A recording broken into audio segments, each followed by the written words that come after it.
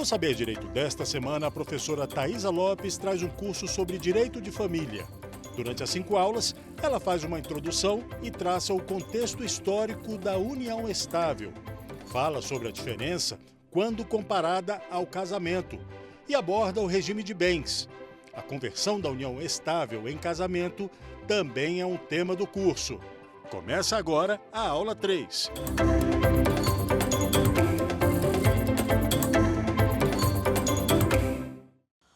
Olá, sejam todos bem-vindos à terceira aula do curso de União Estável aqui no Saber Direito. Na aula passada, a gente finalizou a aula conversando sobre a união estável e sobre os regimes de bens legais que envolvem a união estável, como o regime da comunhão parcial e o regime da separação obrigatória. Nessa aula de hoje, a gente vai entrar um pouquinho mais no que é o regime da comunhão parcial, então a gente vai conversar um pouquinho mais sobre ele e vai conversar sobre os demais regimes de bens, para que vocês tenham conhecimento, pelo menos básico, prévio, ainda que não aprofundado em cada um deles.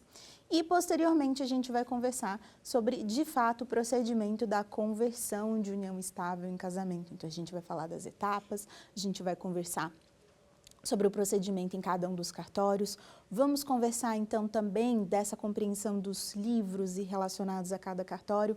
Eu me recordo que, quando eu estava na faculdade, eu não tive a aula de direito registral, de direito notarial. Talvez você que esteja aqui me assistindo se encontre nessa mesma situação. E se é o caso, talvez essa aula de hoje vai te dar uma abertura maior para que você consiga ter noção de o que fazer e onde ir quando o seu cliente ou quando você quiser entender mesmo de fato onde que você vai, como que é o procedimento para você sair de uma união estável e fazer uma conversão dessa união estável em casamento, para que você simplesmente não se case. Vou relembrar que na aula passada eu trouxe algum desses pontos, que eram pontos importantes do porquê que a união estável ela era diferente do casamento, no que ela se diferenciava. E a união estável, vou trazer isso aqui para vocês, ela é um instituto do direito de família, mas ela não traz a mesma segurança jurídica que um casamento. Então, pode ser que para você seja mais interessante o casamento. E se você está numa união estável, entendendo que você tem os mesmos direitos de quem está em um casamento, e pela aula anterior você percebeu que o casamento é melhor, seja mais interessante você fazer a conversão e levar esse tempo. Então, mão na massa agora, vamos entrar nessa questão dos regimes de bens. Relembrando que quem está em uma união estável ou vai estar no regime da comunhão parcial ou vai estar no regime da separação obrigatória. Na aula passada, a gente já conversou sobre o regime da separação obrigatória. Eu dei uma breve introdução sobre o conteúdo do regime da comunhão parcial e agora eu quero dar alguns aprofundamentos nesse regime. Eu, particularmente, aqui eu estou falando de mim, ou seja, do que eu aplicaria para mim, pode ser que você goste mais desse regime do que eu tenho uma predileção pelo regime da participação final nos aquestos em detrimento do regime da comunhão parcial. Como assim, Thaisa? Então, assim, a gente vai conversar sobre o regime da comunhão parcial e aí eu vou posteriormente entrar no regime da participação final nos aquestos para fazer um paralelo entre eles. Eu costumo dizer que o regime da comunhão parcial de bens, ele é interessante para quem sabe o que está fazendo. Só que para quem sabe o que está fazendo, acaba tendo um poder de transformar esse regime ou num regime quase que de comunhão universal, dependendo da forma como você administra ali aquele patrimônio, e às vezes até transformá-lo num regime de separação obrigatória. Ou pior ainda, pessoas que estão nesse regime e não entendem exatamente como é que ele funciona e entram nesse regime achando que estão protegidas, quando na verdade não estão. Como assim? Vamos entender. Qual que é a lógica a lógica, estamos falando do macro, como se a gente estivesse falando ali na base. Qual que é a lógica do regime da comunhão parcial de bens? Que aquilo que foi adquirido antes do casamento não se comunique com o seu parceiro, com o seu companheiro ou com o seu cônjuge. Essa é a lógica. Que aquilo que vocês construírem juntos seja partilhado na proporção de 50% para cada um. E aí, por partilhado, é que o casal seja dono de imediato daquele patrimônio. E que se você, durante a constância desse casamento, receber uma herança, por exemplo, heranças são considerados bens que são recebidos a título gratuito. se você receber uma herança nesse sentido, esse bem estaria o quê? Protegido, não se comunicaria com o seu cônjuge. A lógica é essa. Só que a lógica na prática é complicada. Por quê? Eu sugiro que vocês leiam pelo menos o Código Civil seco e que vocês também deem uma olhada nas jurisprudências, e eu vou trazer algumas aqui para vocês, mas eu quero que vocês entendam que, nas seguintes situações práticas que vou expor aqui, essa lógica não funciona bem. Explico. Se você tem, por exemplo, uma kitnet que você adquiriu, vou colocar aqui um valor simbólico só para a gente ficar fácil o cálculo, no valor de R$100.000 e essa kitnet foi adquirida antes do seu casamento. Está lá no seu nome. Você se casa. Essa kitnet, se você não mexer nela, se você não vender, se você não transformar, essa kitnet é de quem? Sua. Se você se divorciar, essa kitnet entra na partilha? Não, porque ela é um bem anterior ao casamento. Agora, no dia a dia, as pessoas mudam de estado, adquirem novos bens, evoluem o seu patrimônio. E aí esse artigo vai dizer o seguinte, que os bens que forem subrogados, o que significa subrogação? Que forem transformados em outro com valores oriundos desse patrimônio, serão tidos também como bens particulares nessa parte que cabe. Então, você pegou essa kitnet que vale 100 e você comprou uma casa que vale 200 durante a constância. Essa kitnet que valia 100 e que virou 200, para que você consiga manter essa kitnet como sua, como própria, o que você vai precisar fazer? Na escritura de compra e venda desse novo imóvel, você precisa indicar nessa escritura de compra e venda que há uma subrogação. Então, primeiro você tem que saber, primeiro o leigo tem que saber disso. Segundo, aí o leigo tem que chegar lá no cartório e falar para ele que tem que constar nessa escritura de compra e venda essa cláusula de subrogação.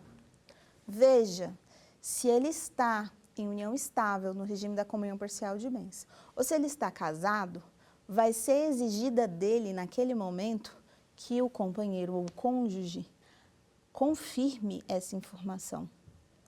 Tem que assinar ali, naquele documento de compra e venda, uma coisa que se ele tiver, que em regra não é obrigado, afinal de contas, se você está em qualquer regime de bens e você quer comprar um bem, quer comprar um imóvel, você não precisa da autorização do seu marido, você não precisa da assinatura dele presente com você, salvo se ele também for um proprietário.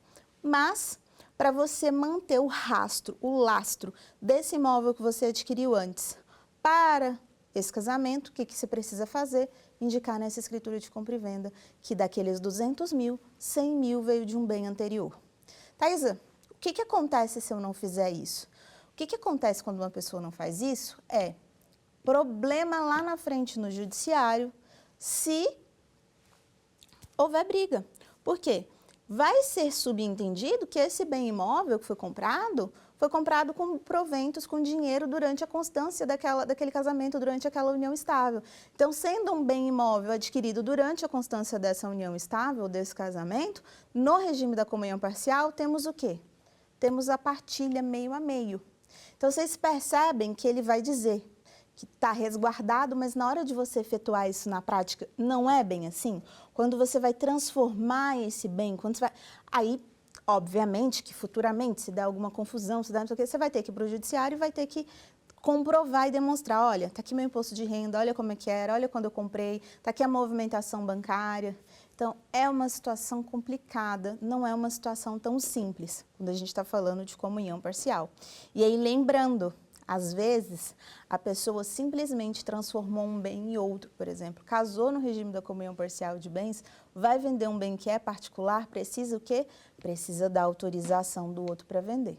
Então, via de regra, você não precisa para comprar, mas se for cláusula, se você quiser indicar que é cláusula de subrogação, você vai precisar da assinatura do seu cônjuge, e uma vez adquirido aquele bem imóvel, mesmo que tenha sido oriundo de valores de herança, que tenha sido oriundos de bens que você já tinha, para você transformar aquele bem em outro, você vai precisar da assinatura do seu cônjuge. Então, temos aqui uma questão relacionada ao regime da comunhão parcial. Outro ponto desse regime. Ele vai dizer que os frutos desse patrimônio também são partilháveis. Como assim? Imagina a seguinte situação, você recebeu, junto com seu irmão, uma casa de herança. E vocês decidem que vocês não querem vender aquela casa, a casa está alugada, tem bons rendimentos, e aí vocês dividem esse aluguel. E você começa a fazer uma poupança com aquele aluguel. E aí você pensa, bom, é um dinheiro que eu recebi de herança, o aluguel é fruto dessa herança, está lá na minha poupança, é só meu, que geralmente as pessoas pensam isso. Não, não é só seu. Mesmo sendo valores oriundos de bens particulares, esses valores são partilháveis. É claro que aqui eu estou dando um exemplo de algo que é fácil. Imagina se a gente vai para o campo de investimentos. Imagina se a gente vai para o campo de negociação de ações. Como que você comprova lastro? Como que você comprova rastro? Esquece. Outro ponto também é que, por ser um regime de bens legal, eu nunca peguei um cliente que tivesse escolhido o regime da comunhão parcial de bens e que tivesse feito um pacto antinupcial e nesse pacto antinupcial listado os bens que já tinha. Porque o regime da comunhão parcial de bens prescinde, ou seja, dispensa a presença de um pacto antinupcial. Na medida em que ele dispensa a presença desse pacto antinupcial, o que temos? Ninguém faz. A população brasileira sequer pensa em como é que funciona o regime de bens, que dirá fazer um pacto para eles. Olha, eu tinha esses bens aqui. Olha, não faz. Então, assim, é um regime que parece uma coisa, mas na prática é outra. Então, você passa a ter ali uma administração desse patrimônio quase que como se você estivesse numa comunhão universal. E quando eu falo assim, às vezes isso causa um espanto, mas a verdade é essa.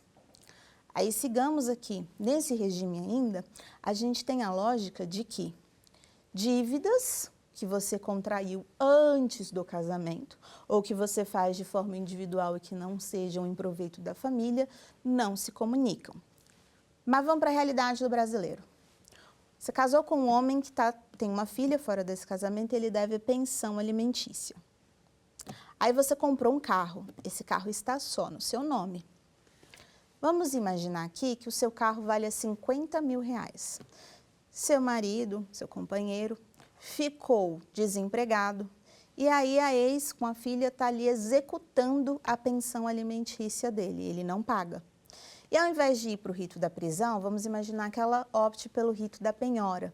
E aí ela vai e indica o seu carro para, em 50%, ser executado para quitar a dívida dele. Afinal de contas, apesar do carro estar somente no seu nome, 50% desse carro é automaticamente do seu marido ou do seu companheiro e ele pode ser utilizado para quitação dessa dívida. Então, mas não é uma dívida que era só dele? Não deveria se comunicar comigo? Mas se comunica, nesse caso se comunica. E mais, né, às vezes se você faz uma dívida ali em prol da casa, em prol dos dois, o seu patrimônio ali também entra. Então, é um regime que você tem ali a administração conjunta. O que eu quero que fique claro é que a lógica das pessoas que se casam nele é que elas estão tranquilas, que só vão partilhar aquilo que elas adquirirem de forma conjunta, mas na prática, quando a gente vai executar as coisas, não é bem assim. Se está certo, se está errado, depende da escolha do casal. Mas o que eu sempre falo nas minhas consultas para os casais é, olha, se você quer uma administração em que você administra seu dinheiro, seu marido administra o dinheiro dele e vocês tenham apenas uma conta conjunta para os gastos que são dos dois, se vocês querem manter um lado financeiro de vocês independente, eu não acho esse regime interessante. E essa é a configuração da maioria das famílias hoje em que homem e mulher trabalham. É difícil a gente ter um casal que tenha uma administração conjunta do patrimônio. Tem, conheço vários, mas não é o comum da maioria dos brasileiros. E aí temos um outro ponto aqui. A gente tem que entender que quando a gente está falando de regime de bens, a gente está falando de comunhão de bens, mas a gente também está falando de partilha de bens. Por quê? Gente, todo casamento, toda união estável está fadada a uma separação, seja porque houve o término daquele relacionamento em vida, seja porque vai morrer. Vamos lembrar da famosa frase, até que a morte os separe. A morte é um evento de separação do cônjuge, né, desse casamento. E aí existem fatores que são diferentes aqui. Porque veja só, se você está falando de um evento de divórcio ou de dissolução de uma união estável, a gente está falando da partilha de bens comuns, ou seja, bens que ainda que estejam apenas em seu nome, mas que tenham sido adquiridos durante a constância daquela união, serão partilhados meio a meio, e bens que tenham sido adquiridos ali em nome dos dois, né, por exemplo. Agora, se a gente está falando de evento morte, a gente vai entrar lá na lógica do 1829, inciso 1, tanto para quem está em união estável quanto para quem está casado. E aqui, quando a gente entra no 1829, inciso 1, a gente está dizendo o seguinte, olha, se o casal tem filhos, ou se quem faleceu, né, se quem está falecendo está deixando filhos, esses bens vão ser partilhados e a esposa ou o esposo não vai concorrer na herança com os filhos, se não houver bens particulares. O que isso significa? Quem se casa no regime da comunhão parcial e todo o patrimônio foi adquirido na constância da união, o patrimônio do casal só vai ter bens comuns. Sobre esses bens comuns, a gente tem a morte e na morte o cônjuge ou a esposa, ou, né, o companheiro ou a companheira, só sai com aquilo que teria em caso de divórcio ou dissolução de união estável. Não vai partilhar, não concorre, né, não vai ter direito de concorrer na herança com os filhos do falecido. Se a gente está falando de bens que são comuns e que são particulares, a gente vai ter a seguinte estrutura. Sobre o que for comum, a gente não tem a concorrência na herança. Sobre aquilo que for particular, ou seja, sobre aqueles bens em que se houvesse um divórcio, a pessoa não teria partilha de bens, ela concorre com os descendentes.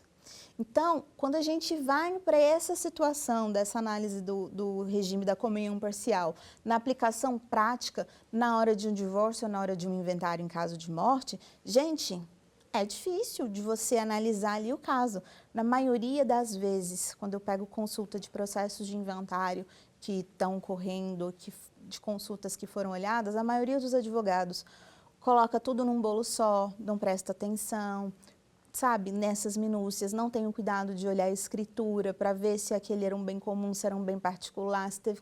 Então, assim, gente, quando a gente está falando do regime da comunhão parcial de bens, a gente está falando de um regime que é complexo. E é por isso, na minha concepção, em relação a esse regime, que a gente tem tantos problemas no judiciário. É um regime que pode ser indicado em vários casos? Sim, claro que pode, é o regime mais adotado. Em algumas situações eu recomendo ele sim. Mas, o que eu estou querendo dizer, ele não é essa coisa, esse mamão com açúcar, ele não é esse docinho que a maioria das pessoas fala. Exposto isso, entendido isso, vamos conversar sobre o regime da participação final nos aquestos, posto aqui, minha opinião, o meu queridinho. O regime da participação final nos aquestos, ele é tido como patinho feio, mas ele é muito interessante. Ele entra no nosso ordenamento jurídico no ano de 2002, inspirado nos regimes nórdicos, né? Ele é um regime, por exemplo, que é adotado na Suíça, tem base legal lá. E ele tem um nome horroroso, participação final nos aquestos. Vamos primeiro começar entendendo o que significa participação final nos aquestos. Bom, a primeira parte do termo prescinde de qualquer explicação. Quando a gente vem para participação final, a gente está falando o quê? De direito daquela pessoa de, ao final, participar do quê? Dos aquestos. O que são aquestos? Aquestos são bens que foram adquiridos durante a constância dessa união. A lógica desse regime é que não há comunhão de bens. Enquanto as pessoas estão casadas, enquanto as pessoas estão em união estável, não vai existir o instituto da mancomunhão. Os bens são próprios, os bens são de administração própria. Agora, havendo no final a partilha desses bens, havendo no final o divórcio ou havendo no final o evento morte, teremos a partilha desses bens que foram adquiridos nessa constância da união ou nessa constância do casamento. Então, a gente faz como essa partilha? A gente faz um cálculo matemático e faz a apuração desses bens. Eu adoro a lógica desse regime, eu acho esse regime muito mais inteligente do que o regime da comunhão parcial de bens. Porque veja só comigo, quando eu estou falando do regime da comunhão parcial de bens, eu estou dizendo que quem está, por exemplo, casado e recebe seu salário, o salário caiu ali na conta, eu estou dizendo o seguinte, pela lógica, tá? Que 50% é do marido e que 50% é da esposa. A lógica é essa. Você consegue efetivar isso? Não. Seu marido ganhou na loteria, ganhou lá, tem 1 milhão na conta. Você tem direito sobre 50% daqueles bens? Tem, você tem direito. Você consegue administrar esse dinheiro se estiver só na conta dele? Não, 50% é seu, mas ele faz o que ele quiser. Mas a lógica é que 50% é dele. Tanto é que, se você estiver no regime da comunhão parcial de bens, só para fazer uma analogia aqui, se você for executada, a pessoa tem direito de entrar ali na conta do seu marido e usar aquele dinheiro. Porque a gente está falando de uma lógica de mancomunhão. Ou seja, o regime da comunhão parcial de bens tem uma lógica que, na hora que a gente vai aplicar na prática, meio que não funciona. Já no regime da participação final nos aquestos, a lógica ela é perfeita na aplicação prática. Se a administração é particular de cada um, se os bens são próprios durante a constância do casamento ou dessa união estável, a gente está falando de um regime que a lógica é de fato o que acontece na prática hoje, no regime da comunhão parcial e que vai acontecer no regime da participação final nos aquestos. A diferença é que as pessoas estão conscientes de como é que funciona aquilo ali, elas entendem que a administração daquele patrimônio é de fato própria. Entende? É de fato independente, que você não tem ali, no momento do casamento, uma junção desses dois, que o casal ele segue com uma administração separada. Então, quero dar um exemplo aqui para vocês entenderem. Me casei no regime da participação final nos aquestos e daí adquiro um bem imóvel. Coloco esse bem imóvel apenas no meu nome. Meu cônjuge ou companheiro tem direito a esse imóvel? Se a gente se separar ou se eu morrer, ele vai receber, no final, 50% daquilo que eu adquiri na constância do casamento ou dessa união estável. Tem direito. Mas enquanto estiver comigo, é dele? Não. Responde num processo de execução? Não. Eu tenho consciência e clareza que é só dele, que é um bem próprio dele durante o período em que estamos casados? Sim. E aí, gente, olha que maravilha esse regime para proteção de uma pessoa que se casa com alguém que está endividado. Olha que maravilha. Às vezes as pessoas chegam para mim e falam assim, Thaisa, meu noivo está endividado, tem dívida no FIES, tem dívida disso, tem dívida daquilo. Quero me casar, mas eu não quero que o que eu já tenho seja atingido, possa ser comprometido. Que regime que eu escolho? Olha, se você não quiser ir para o regime da separação de bens, vem para esse regime. Ele é muito interessante nessa lógica. Então, percebam. Continuando aqui para falar ainda um pouco mais sobre esse regime. Quando a gente está falando do regime da participação final nos aquestos, estamos falando de um regime que tem a seguinte lógica. Durante a constância da união estável, durante a constância desse casamento, os bens são próprios. Esse é o termo que o Código Civil vai trazer. E aí, próprios, gente, vocês possam traduzir para aquela lógica que a gente utiliza de são bens particulares. Chegamos ao final do relacionamento, a gente faz uma conta matemática. Ora, a gente pega tudo aquilo que foi adquirido na constância dessa união, faz uma continha e partilha para outra pessoa. Por não existir, por exemplo, o Instituto da Mancomunhão, a preferência de ser proprietário de um bem que está apenas em seu nome é de quem o tem no seu nome. Se a gente está no regime da comunhão parcial de bens e eu adquiro um bem só no meu nome, mas eu adquiro com fruto do meu trabalho durante esse meu casamento. E esse bem, depois a gente vai dividir, entra numa partilha de divórcio, a preferência de ficar com esse bem não é minha, porque mesmo estando só no meu nome, o imóvel é dos dois, automaticamente pela lógica do regime da comunhão parcial de bens. No regime da participação final nos aquestos, não. No regime da participação final nos aquestos, o que a gente tem? A gente tem que, se eu me divorciar, se eu me fizer a dissolução dessa união, por exemplo.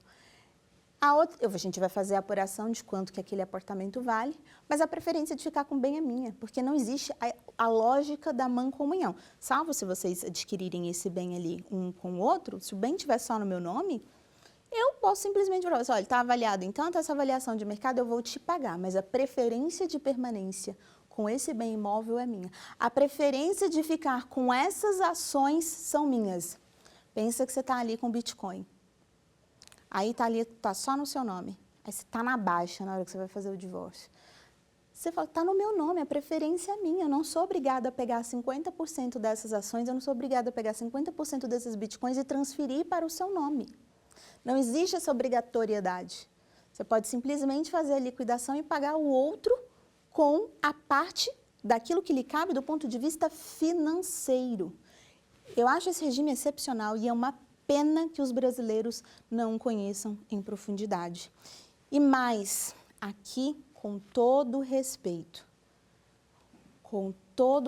que tenho a doutrinadores que adoro, como Rufo Madaleno, como a Maria Berenice Dias, discordo veementemente da ideia que a gente tem na doutrina deles, de que a lógica desse regime é como se, durante o casamento, o casal estivesse regido pelo regime da separação de bens e após o término desse casamento, pelo evento morte ou pelo evento divórcio ou dissolução de união estável, tivéssemos uma partilha exatamente tal qual teríamos na comunhão parcial de bens. Não teríamos.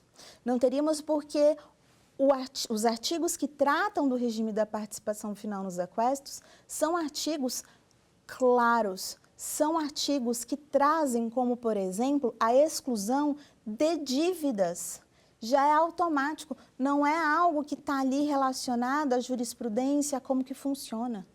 É claro, ele é claro, dívidas são excluídas ali da partilha. Então, se eu fiz uma dívida durante a constância dessa união estável, desse casamento que não se repercutiu ali para o casamento, não é meu ônus provar que aquela dívida, não é ônus do outro, de quem está se separando de mim ali, por exemplo, provar que essa dívida não foi para o casal. Já subentende-se que essa dívida não deve ser partilhada.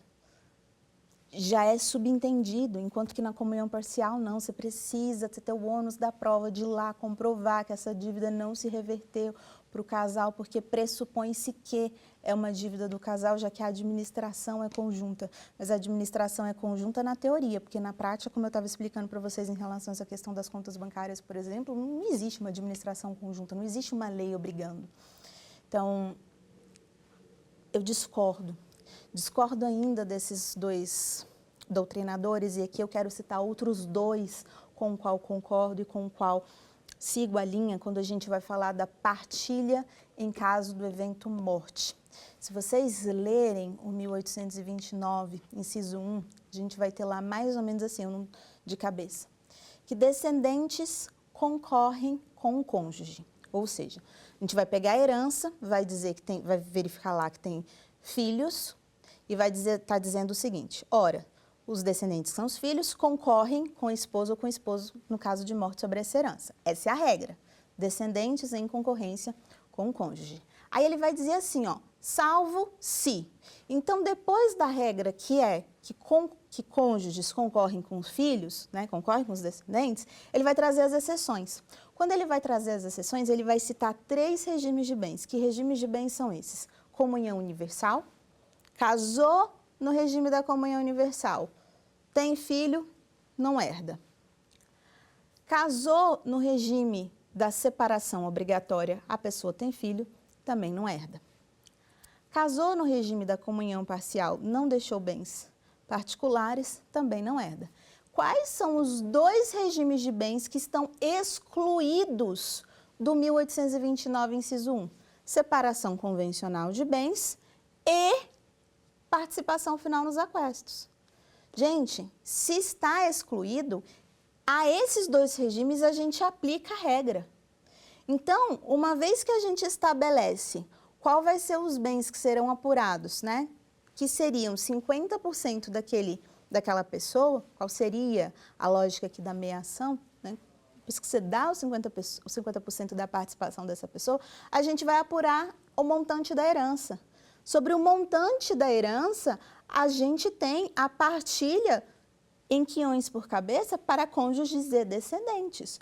Ou seja, na minha compreensão, seguindo os doutrinadores Conrado Paulino e o juiz e doutrinador Daniel Carnaccioni, no livro dele do Manual de Direito Civil e no livro do professor Conrado Paulino, Inventário e Partilha na Prática, a lógica é, a gente tem a partilha da herança entre cônjuges e descendentes sobre bens comuns.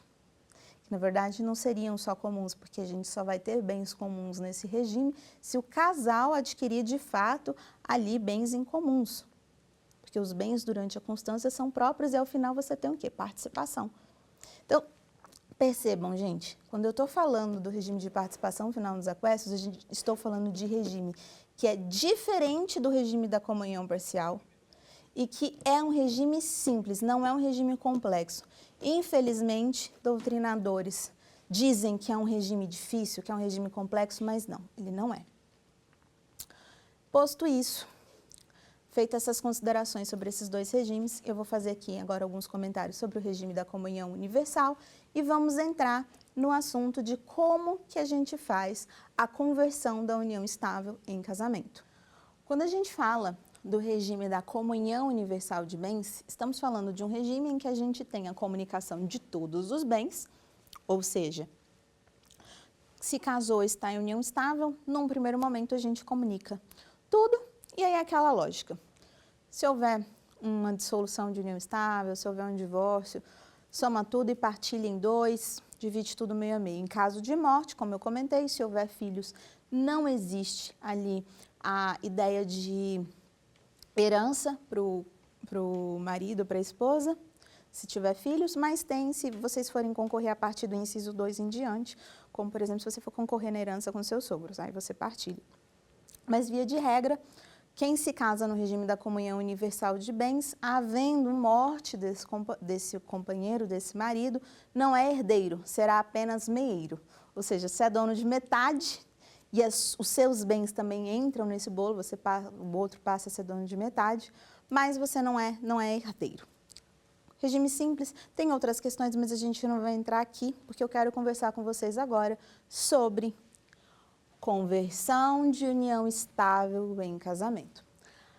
Passado pelos regimes de bens, eu quero que vocês entendam que pode ser que a gente esteja, durante uma união estável, sendo regido pelo regime da comunhão parcial de bens. E aí, por alguma razão, pensemos assim, opa, para mim seria melhor o regime da separação de bens. Ou, opa, para mim seria melhor o regime da comunhão universal ou da participação final nos aquestos. E além de perceber qual seria o melhor regime, pode ser que você tenha se dado conta de, opa, eu quero estar mais segura juridicamente. Porque o Instituto da União Estável ele é um instituto interessante, pode ser recomendado em alguns casos, mas não traz a mesma segurança e a mesma estabilidade que uma pessoa que está casada. Eu sempre falo isso, as pessoas falam, lembrando aqui um pouquinho da aula 2, é a mesma coisa, são as mesmas... Não são, gente, não são a mesma coisa. E pelo regime da união estável ser um regime mais fluido, mais livre, mais contemporâneo, ele não traz a mesma robustez que o casamento traz. Então, pode ser que você tenha, da aula 1 até aqui, entendido que, opa, eu quero me casar e, opa, eu quero escolher um outro regime de bens. Que caminho que sigo? Vamos entender, então, que caminho que você segue, qual é o passo a passo que você vai seguir. Ponto 1. Primeira coisa que a gente tem que entender é que existem cartórios diferentes e cada cartório tem uma função. Então, a gente vai ter os cartórios, e aqui não vou falar de todos, só dos principais, tá? A gente vai ter o cartório de registro civil de pessoas naturais, o RCPN. Qual que é a função desse cartório? Manter lá o seu histórico de vida civil. A sua vida, é lá que, né, tudo que é relacionado à sua vida civil vai estar lá nesse cartório. Explico. Esse cartório vai ser composto por 5 livros e seus auxiliares. o livro A, o livro B, o livro C, o livro D e o livro E. E pode ser que a essa altura do campeonato você nem sabia da existência desses livros, está descobrindo comigo agora. O livro A é onde constam o registro das certidões de nascimento. Nasceu, vai ter o registro lá no livro A. No livro B, vai ser onde vão constar os registros dos casamentos. Nasceu, casou, livro B. No livro C, é onde vão constar os registros das certidões de óbito. Morreu. No livro D, vai ser onde vão estar constando os editais de proclamas. E o livro E? Gente, o livro E é o livro que vai trazer todos os atos civis relacionados a essa pessoa. A pessoa foi emancipada? Está no livro E. A pessoa foi interditada? Está lá no livro E. A pessoa está em união estável, registrada, o registro vai ser feito lá no livro E. Ou seja, cartório de registro civil de pessoas naturais. E talvez você esteja pensando assim, Thaisa, mas eu vou fazer escritura pública de união estável no cartório de registro civil de pessoas naturais? Não. Escrituras públicas são feitas no tabelionato de notas, que é outro cartório. Pode ser que na cidade em que você está, os dois sejam conjugados, você tenha os dois em um só. Mas se você estiver em grandes capitais, como por exemplo Brasília ou São Paulo, são cartórios diferentes. O cartório de notas, o tabelionato de notas, ele é chefiado por um tabelião. Então, lá no cartório de registro civil a gente tem um registrador, no tabelionato de notas a gente tem um tabelião. O que o tabelião faz? O tabelião, dentre vários atos aqui, o que interessa para a gente é ele faz escrituras públicas. O que são escrituras públicas? Escrituras públicas são nada mais, nada menos que contratos que têm fé pública. Por quê? Porque foram lavrados por um oficial. Então, uma pessoa que vai fazer uma escritura pública, ela não faz lá no RCPN, ela faz lá no cartório de notas. Só para fazer um adendo, desde junho de 2022 é possível a gente ter lá no cartório de registro civil de pessoas naturais a confecção de termos declaratórios de uniões estáveis. Ou seja, os registradores já estão aptos a fazer esses termos declaratórios lá. Mas isso é algo que ainda está incipiente, as pessoas ainda não estão lidando com isso na prática. Os cartórios têm mais cuidado hoje ainda, não no sentido de cuidado, os cartórios hoje eles já fazem isso de forma mais fácil, normalmente as pessoas procuram de fato um tabelionato de notas. Então, você está em uma união estável, você pode estar numa união estável sem contrato, ou você pode estar numa união estável com um contrato particular, ou você pode simplesmente falar assim, opa, preciso reconhecer, vou lá no tabelionato de notas e faço uma escritura pública declaratória. Isso significa que porque você fez essa escritura pública lá no cartório, ela está registrada? Não, ela não está registrada. Se você quiser registrar essa escritura pública, você precisa ir lá no cartório de registro civil de pessoas naturais para fazer esse registro. Vocês conseguem perceber que o trâmite de quem está em união estável, ele é um pouquinho mais burocrático do que quem está em união, do que quem está casado, porque quem está casado vai direto lá para o cartório de registro civil de pessoas naturais, e quem está em união estável, na maioria das vezes, quiçá, nem sabe que tem esse registro. Pois é. Para que eu vou querer fazer o registro, Thaisa? Porque quando você faz o registro, você dá fé pública e você dá transparência, você dá publicidade para aquele ato. É uma forma de fazer com que outras pessoas, que não apenas as partes, saibam daquela existência de união estável, ok? Então, vamos entender aqui como é que a gente vai fazer o procedimento para fazer a conversão dessa união estável em casamento. Bom, o primeiro passo eu já adiantei para vocês, é fazer o registro dessa união estável lá no livro E. Porém, a gente tem que entender que quando a gente está falando de uma pessoa que está em união estável, nem sempre é uma pessoa que já tem essa escritura pública. Por isso, a gente precisa dividir em dois grupos aqui. Se é uma pessoa que não tem escritura pública, essa pessoa primeiro vai ter que fazer um procedimento de certificação eletrônica. Como que é feito esse procedimento? Ela vai juntar todas as provas. Que provas? Comprovante de certidão de nascimento do filho. Ah, mas não tem filho.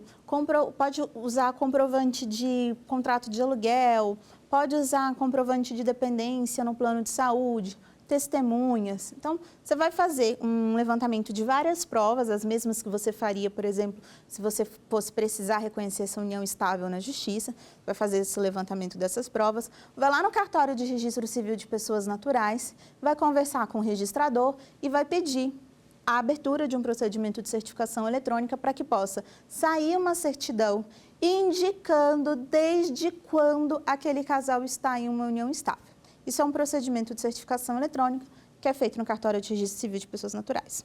Feito o procedimento de certificação eletrônica, aí sim a gente vai ter a certidão, que seria ali de certa forma equiparável com aquele casal que já tem a escritura pública declaratória de união estável.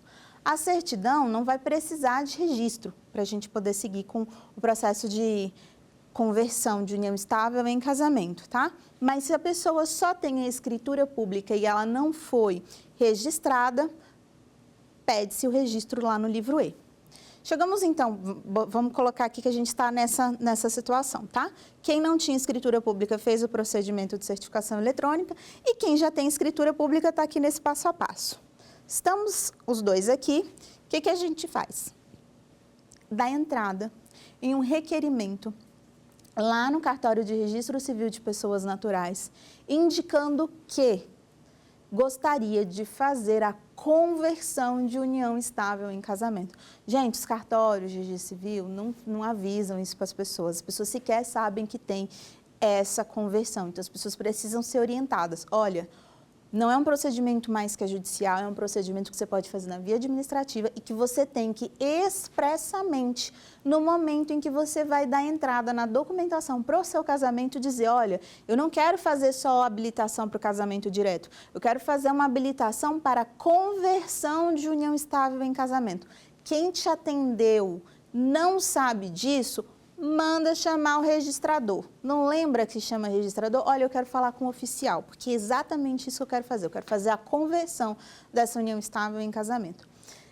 Gente, feito ali, estabelecido ali naquele primeiro requerimento que você quer a conversão dessa união estável em casamento, qual é o próximo passo? Indicar qual é o regime de bens que você quer. Leva o pacto antinupcial que você fez lá no cartório para escolher qual regime de bens que você quer se casar. Então, vai lá no tabelionato de notas, faz por meio de uma escritura pública a indicação de que você está numa união estável desde data tal, que foram adquiridos os bens tais ou que não foram adquiridos bens, ou se você está numa união estável e você não gostaria que esses bens se comunicassem, faz um pacto antinupcial, dando quitação recíproca, dizendo que não houve bens ali acumulados de forma conjunta e que o casal está dando naquele termo, naquele ato, quitação recíproca, para que não possa ser futuramente tentada ali uma partilha de bens. Então, você faz ali o pacto antinupcial, junta esses documentos e apresenta no momento da habilitação do casamento no cartório de registro civil esses documentos. Indicou que é a conversão de união estável, indicou quando que iniciou aquela união estável. Lembrando, se você está na escritura pública, vai ser a data indicada lá na escritura pública. Se você fez o procedimento de certificação eletrônica, vai ser a data que foi certificada pelo registrador. Aí, junta isso tudo, leva-se 2 testemunhas. Aqui, na conversão de união estável em casamento, a gente tem uma pequena diferença do casamento direto. Por quê? Se eu vou me casar de forma direta, ou seja, eu não estou em união estável, estou solteira, bonitinha aqui, namorando, noivei e vou casar. Eu tenho que, lá no momento da habilitação, indicar quem serão as minhas testemunhas. E essas testemunhas que eu vou levar e que eu vou apresentar lá na hora da habilitação, têm que estar presentes na celebração do meu casamento. São as testemunhas que vão, atestar ali. Agora, Na conversão de união estável em casamento, não existe a celebração. Você vai dar entrada na documentação e depois vai ser expedida a certidão de casamento. Portanto, aqui são 2 testemunhas apenas para você apresentar no momento em que você vai fazer esse procedimento de habilitação. Mas não são 2 testemunhas que você vai precisar delas depois como você precisa quando você está em um casamento, ok? Então, continuando aqui no procedimento. Então, ressalvadas essas diferenças que eu comentei aqui da conversão para o casamento, então você faz essa juntada desses documentos e pede que seja constado lá na certidão de casamento quando que se iniciou essa união estável. Uma dúvida que é muito frequente, que sempre fazem, me perguntam: Thaisa, a minha certidão de casamento sai com data retroativa de quando eu iniciei aquela união estável? Não, gente, não vai sair com data retroativa. Vocês vão, sabe uma certidão de casamento que tem averbado um divórcio, que geralmente tem assim, lá no meiozinho, assim, tem um campinho, e aí tem indicado uma anotação, sabe, um retângulozinho assim no meio da certidão de casamento? Pois bem, vai estar constando ali que se tratou de uma conversão de união estável em casamento, que essa união estável começou na data tal. É isso. A data do casamento é a data do casamento. Não, gente, não existe equiparação do Instituto do Casamento com o Instituto da União Estável. São 2 coisas diferentes. Não vamos confundir. Não vai ser celebrado um casamento com data retroativa. A gente apenas vai ter uma certidão de casamento em que a gente tem a verbação da data do início desse relacionamento.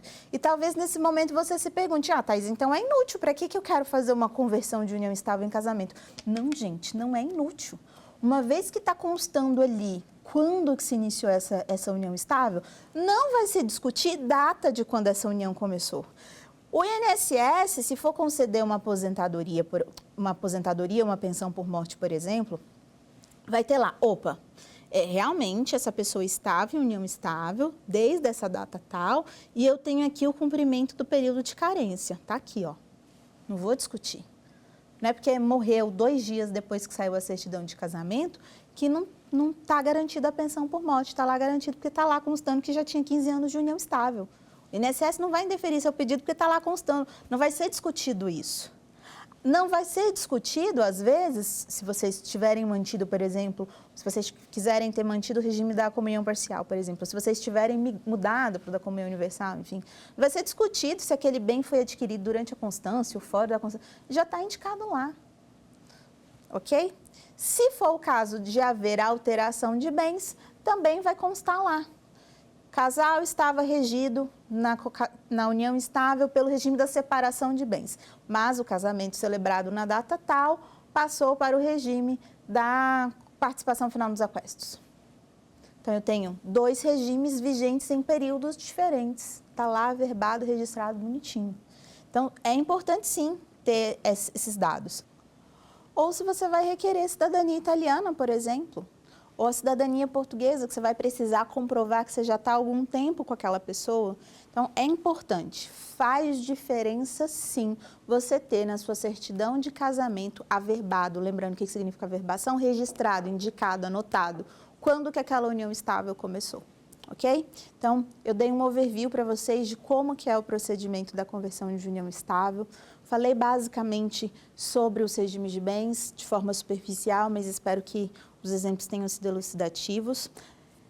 Na próxima aula eu vou conversar com vocês sobre a alteração de regime de bens ali durante a conversão, sobre algumas especificidades técnicas, mas a aula de hoje, o conteúdo foi dado, vamos ao quiz, vamos ver se vocês aprenderam aquilo que a gente comentou.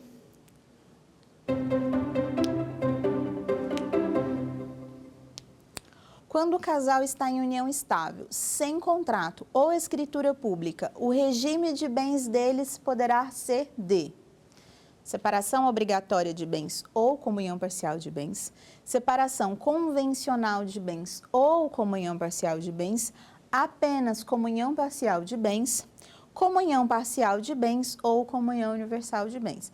Gente, essa aqui é fácil, isso aqui é para vocês não errarem. A letra certa é a letra A. Por quê? A gente tem 2 regimes legais de bens, como eu falei com vocês bem no inicinho da aula. Ou o casal será regido pelo regime da separação obrigatória de bens, ou o casal está no regime da comunhão parcial de bens. Não tem aqui o que se discutir. Aqui a falhazinha, tá? Que a maioria das pessoas acha que, obrigatoriamente, quem está em união estável só pode estar no regime da comunhão parcial de bens, quando, na verdade, não. Então, aqui é mais uma desvantagenzinha da união estável nesse sentido, porque, às vezes, a pessoa está no regime da separação obrigatória e não sabe, mas pode ser qualquer um dos dois, tá? Vamos para a próxima. Questão 2. O registro da escritura pública de união estável no livro E deve ser feito. Letra A, no cartório de notas. Letra B, em qualquer cartório de registro civil de pessoas naturais. Letra C, no cartório de registro civil de pessoas naturais da residência do casal. Ou letra D, apenas no cartório do primeiro ofício de registro civil de pessoas naturais da residência do casal. Eu fui má aqui com vocês, gente, a resposta dessa questão é a letra D. Quando a gente está falando do livro E, a gente está falando de um livro que vai estar restrito ao primeiro ofício daquela cidade. Quando ele é restrito ao primeiro ofício, é só lá que a gente vai ter o livro E. Se você tiver, por exemplo, se eu tiver aqui em Brasília o cartório de registro civil de pessoas naturais do 5º ofício, eu não vou ter o livro E. O livro E vai estar lá no primeiro ofício. Pode ser que numa cidade pequena só tenha o cartório do primeiro ofício, e aí ele vai ter os 5 livros. É importante que o procedimento de registro no livro E seja no cartório do primeiro ofício. Agora, a competência para fazer o processo de conversão de união estável em casamento nem sempre vai ser do primeiro ofício, porque pode ser do ofício, do registro civil de pessoas naturais da residência daquela pessoa. Então, pode ser que a gente tenha 2 cartórios de registro civil ali em paralelo, mas o registro no livro E é sempre no primeiro ofício, ok? Que é pegadinha. Vamos para a terceira questão.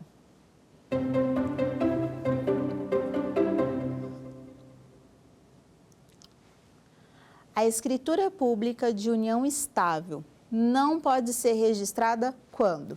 Letra A. Um ou os 2 do casal é ou são estrangeiros. Letra B.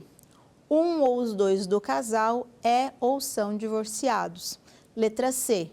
Um ou os 2 do casal está casado e separado de fato. Letra D. Um ou os 2 do casal é ou são viúvos. A resposta certa é a letra C. Por quê, gente? Vocês lembram que eu falei na aula 2 que quem está separado de fato, mas ainda está casado, consegue fazer uma união estável? E uma pessoa que está nessa situação vai estar obrigada ao regime da separação obrigatória? Pois é, veja só. Lembram também ainda que na aula de hoje eu comentei com vocês que é no livro E que a gente traz todos os atos civis de uma pessoa, que a gente registra? Então, o divórcio vai estar registrado lá no livro E, por exemplo, e também no livro do casamento, depois que é feito ali a averbação. Se a pessoa está divorciada, ela não vai conseguir fazer o registro no livro E. Logo, também, ela não vai conseguir fazer a conversão dessa união estável em casamento, porque ela vai estar dentro dos impedimentos que impedem esse casamento. Por isso que eu falo que, em relação a essa resposta, se você está no estado civil divorciado, você também não tem a possibilidade de fazer perdão. Se você está no estado civil casado, mas você está, de fato, separado, você não vai conseguir realizar o registro dessa união estável que você consegue executar, mas você não consegue registrar. Na próxima aula, falaremos sobre as alterações dos regimes de bens. Espero vocês. Até mais. Quer dar alguma sugestão de tema para os cursos do Saber Direito? Então mande um e-mail para a gente, saberdireito@stf.jus.br. Você também pode estudar pela internet. Acesse o nosso site, radioetvjustiça.jus.br, ou pode rever as aulas no canal do YouTube, @Rádio e TV Justiça.